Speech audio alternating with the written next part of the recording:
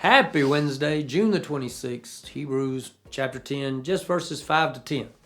Therefore, as he was coming into the world, he said, you did not desire sacrifice and offering, but you prepared a body for me. You did not delight in whole burnt offerings and sin offerings. Then I said, see, it is written about me in the scroll, I have come to do your will, God. After he says above, you did not desire or delight in sacrifices and offerings, whole burnt offerings and sin offerings, which are offered according to the law. He then says, see, I have come to do your will.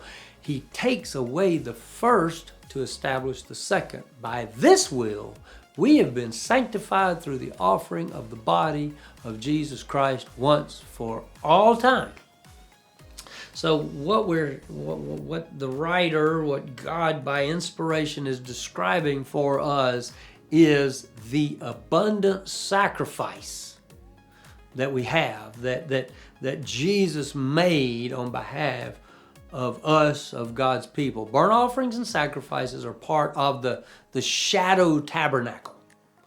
They are not sufficient to perfect the consciences of the worshiper. God did not delight in these offerings. They were a means to an end. Once again, God established a system by which he could have a relationship with his people.